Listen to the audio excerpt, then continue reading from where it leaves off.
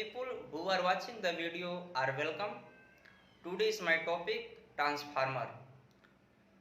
Friends, today I will tell what is transformer and on which principle does it work and what are the different part of transformer and what are the different type of transformer. In the all the information tell in this video. If you have not subscribed my channel, then please subscribe my channel so get notification upcoming video. So let's start the video. Thank you. What is transformer? Transformer क्या होता है? Transformer is a electrical static device that transfer electric energy from one alternating current circuit to one or more other circuit, either increasing step up or reducing step down the voltage without change in frequency. A transformer is a device that keeps power constant. There is no moving part in it. The transformer was invented by Michael Faraday and Joseph Henry 1831. दोस्तों, transformer एक ऐसा स्थिर विद्युत यंत्र है जो ऊर्जा की हानि किए बिना ही एक सर्किट से दूसरे सर्किट में प्रत्यावर्ती वोल्टेज को कम या ज़्यादा कर सकता है without change in frequency. Transformer जो हमारा होता है दोस्तों, वो एसी सप्लाई पर काम करता है, यह डीसी सप्लाई पर काम नहीं करता है। ट्रांसफार्मर का आविष्कार दोस्तों मिचेल फैराडे और जोसेफ हेनरी ने 1831 में किया था। ट्रांसफार्मर में कोई घूमने वाला पार्ट नहीं होता है, नो मूविंग पार्ट। यह ट्रांसफार्मर पावर को कांस्टेंट रखता है। दोस्तों, ये हमारा ट्रांसफार्मर का सिंबल होता है और दोस्तों इसके अगले इमेज में विभिन्न प्रकार के ट्रांसफार्मरों का सिंबल दिया गया है। दोस्तों, आप वीडियो को पॉज करके आसानी से देख सकते हैं। Working principle of transformer. Transformer works on the principle of mutual inductance. What is mutual inductance? When the value of current flowing in a coil is changed, so the electromotive force is generated due to induction in the second coil placed near it, due to which current start flowing in the second coil as well as। दोस्तों, transformer हमारा mutual inductance पर काम करता है। Mutual inductance क्या होता है? जब किसी कुंडली में प्रवाहित धारा के मान में परिवर्तन किया जाता है तो इसके पास रखी दूसरी कुंडली में प्रेरण के कारण विद्युत वाहक बल उत्पन्न हो जाता है, जिसके कारण दूसरी कुंडली में धारा बहने लगती है। यही हमारा होता है म्यूचुअल इंडक्टेंस। दोस्तों, अब ट्रांसफार्मर के संबंध में महत्वपूर्ण बिंदु। ट्रांसफार्मर हमारा एक स्टैटिक डिवाइस होता है। ट्रांसफार्मर म्यूचुअल इंडक्टेंस के प्रिंसिपल पर कार्य करता है। ट्रांसफार्मर हमारा एसी सप्लाई पर काम करता है। अगर डीसी देंगे तो वह जल जाएगा। ट्रांसफार्मर का मेन काम होता है पावर को कांस्टेंट रखना, अर्थात P = I × V। First point, यदि वोल्टेज को घटाएंगे तो हमारा करंट बढ़ जाएगा। सेकंड, यदि वोल्टेज को बढ़ाएंगे तो हमारा करंट घट जाएगा। दोस्तों, ट्रांसफार्मर का कोर जो होता है वो सिलिकॉन स्टील का अच्छा माना जाता है। दोस्तों, ट्रांसफार्मर में जो हम जिस ऑयल का यूज करते हैं उस ऑयल का नाम है नेफ्था ऑयल। नेफ्था ऑयल का काम होता है ट्रांसफार्मर को ठंडा रखना। दोस्तों, main part of transformer, first number है core, winding, tank and oil, breather, oil and conservator, radiators and fan, explosive vent, Buchholz relay, valve, bush. दोस्तों, ये ट्रांसफार्मर में हमारे मुख्य भाग होते हैं। दोस्तों, यह होता है हमारा ट्रांसफार्मर का मेन टैंक। इसी के अंदर ट्रांसफार्मर के सभी पुर्जे रखे होते हैं। ट्रांसफार्मर टैंक के अंदर ही कोर और वाइंडिंग को रखा जाता है। ट्रांसफार्मर टैंक काफ़ी मोटे मेटल से बनाया जाता है। इसकी मोटाई काफ़ी ज़्यादा होती है। यह पूरी तरह से सील पैक होता है, मतलब हवा जाने का भी गैप नहीं होता है। ट्रांसफार्मर में कोर, वाइंडिंग और ऑयल होता है। दोस्तों, यह हमारा होता है कोर। कोर को बनाने के लिए कई पतली पतली पत्तियों को जोड़कर एक मोटा सा कोर तैयार कर लिया जाता है और इसके ऊपर वार्निश का लेप लगा दिया जाता है, जिससे एडी करंट उत्पन्न नहीं होता है। दोस्तों, अब इस कोर के ऊपर कॉपर की वाइंडिंग करते हैं और यह वाइंडिंग हमारी दो परत की होती है, एक बाहर वाली वाइंडिंग और एक अंदर वाली वाइंडिंग। प्राइमरी वाइंडिंग को सेकेंडरी वाइंडिंग से अलग रखने के लिए इसके अंदर कागज़ का इंसुलेटर का लेप लगा दिया जाता है, ताकि प्राइमरी वाइंडिंग और सेकेंडरी वाइंडिंग दोनों अलग अलग रहें। अब कोर के ऊपर जो वाइंडिंग लगी हुई है उसे उठाकर इस टैंक में रख देते हैं और खाली जगह से बचने के लिए इस टैंक में नेप्ता ऑयल भर दिया जाता है, ताकि एडी करंट उत्पन्न न हो। इस ऑयल को मेन टैंक में डायरेक्ट नहीं भरा जाता है। मेन टैंक के ऊपर एक और छोटा सा टैंक होता है, जिसे कंजर्वेटर टैंक या एक्सपेंशन टैंक कहते हैं। एक्सपेंशन कंजर्वेटर टैंक और मेन टैंक आपस में जुड़े होते हैं। कंजर्वेटर टैंक के बगल में एक छोटा सा जगह होता है, वहीं से तेल को भरा जाता है। दोस्तों, अब बात करेंगे कंजर्वेटर टैंक के बारे में। कंजर्वेटर टैंक मेन टैंक के ठीक ऊपर लगा होता है। अब आपके दिमाग में सवाल उठ रहा होगा कि इस टैंक का काम क्या होता है। दोस्तों, जब ट्रांसफार्मर को सप्लाई दी जाती है तो हमारा ऑयल हीट होने लगता है। मेन टैंक के अंदर जो ऑयल होता है वह हीट होने लगता है। कुछ टाइम के बाद ऑयल हमारा इतना हीट हो जाता है कि वह गर्म होकर ऊपर उठने लगता है और वह तेल जो ऑयल होता है वो कंजर्वेटर में चला जाता है, जिससे ट्रांसफार्मर हमारा ब्लास्ट होने से बच जाता है। अब दूसरा सवाल यह है कि दोस्तों, कंजर्वेटर टैंक को हमेशा आधा क्यों भरा जाता है। ज़्यादातर इंटरव्यू में क्वेश्चन यही पूछा जाता है दोस्तों कि कंजर्वेटर टैंक को आधा क्यों भरा जाता है।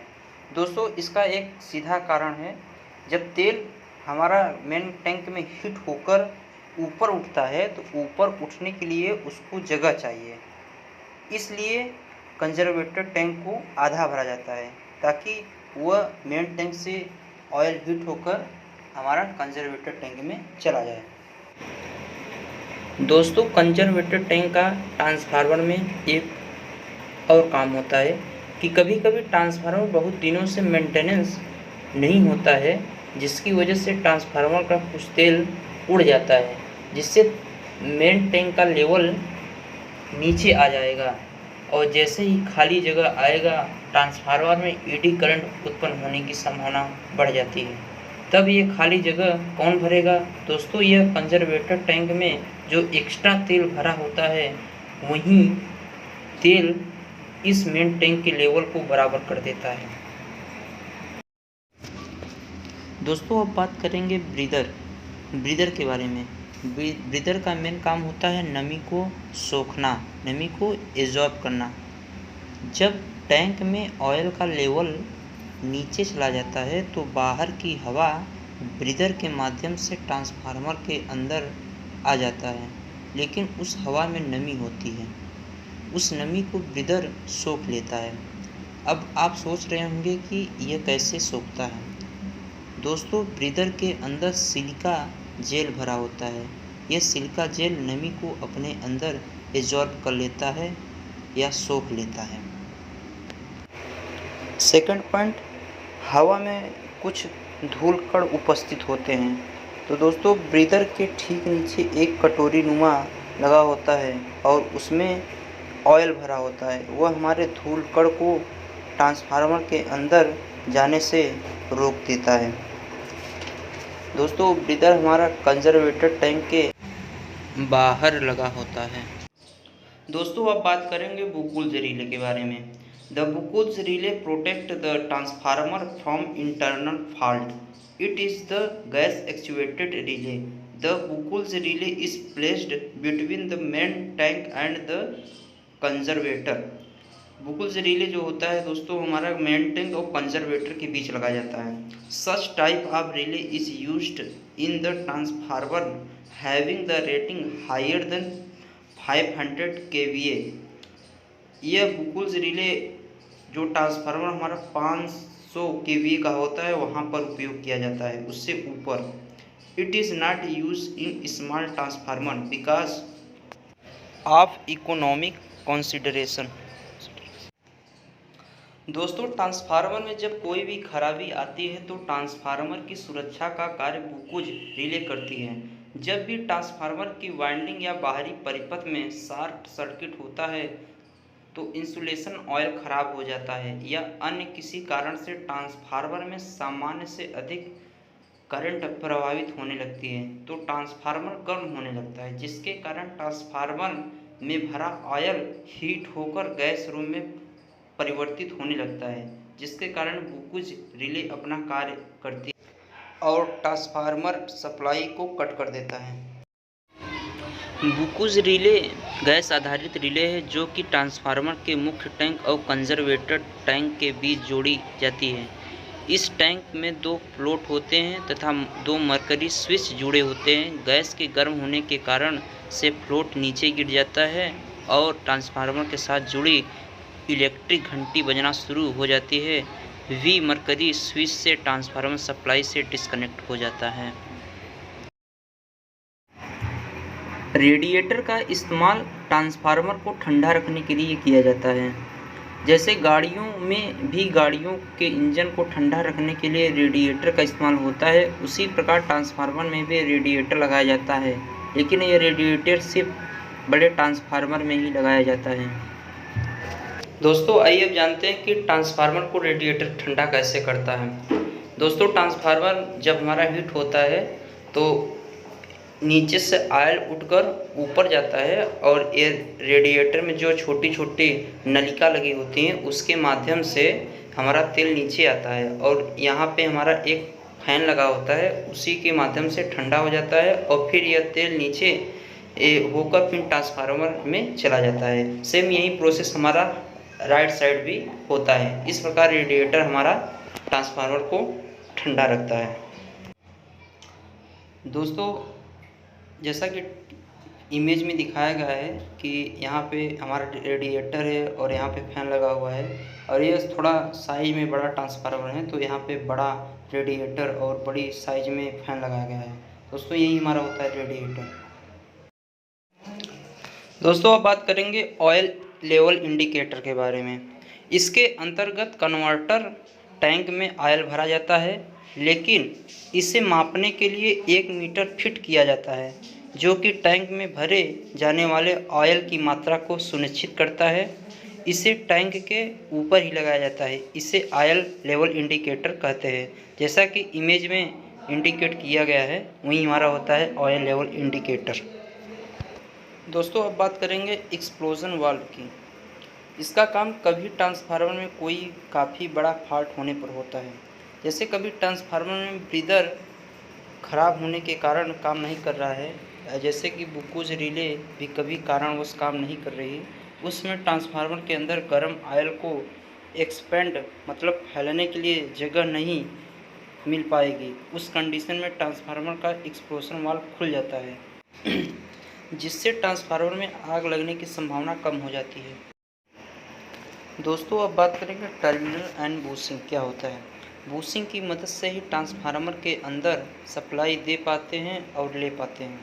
टर्मिनल एंड बूसिंग का काम यह होता है जब भी हम कोई वायर ट्रांसफार्मर की वाइंडिंग को जोड़ना चाहते हैं तो वह वायर गलती से ट्रांसफार्मर की बॉडी के टच ना हो जाए। यह सेफ्टी के लिए काफ़ी ज़रूरी होता है। बूसिंग लो वोल्टेज और हाई वोल्टेज के लिए अलग अलग होती है। दोस्तों अब जानते हैं type of transformer based on turn ratio. Step up transformer, step down, isolation transformer. अब कंस्ट्रक्शन के आधार पे core type, shell type, berry type transformer. अब नंबर ऑफ फेज के आधार पे single phase transformer, 3 phase transformer, auto transformer. अब type of service के आधार पे power transformer, distribution transformer, instrument transformer. दोस्तों इंस्ट्रूमेंट ट्रांसफार्मर दो प्रकार के होते हैं, एक करंट ट्रांसफार्मर, एक होता है पोटेंशियल ट्रांसफार्मर। अब कूलिंग मेथड के हिसाब से oil field air cooled transformer, oil field water cooled transformer and air blast transformer. दोस्तों जो हमारे घर के आसपास ट्रांसफार्मर लगे होते हैं वो डिस्ट्रीब्यूटेड ट्रांसफार्मर होते हैं। दोस्तों वीडियो कैसी लगी कमेंट करके ज़रूर बताएं। वीडियो को लाइक शेयर सब्सक्राइब जरूर करें। तब तक के लिए जय हिंद, जय भारत।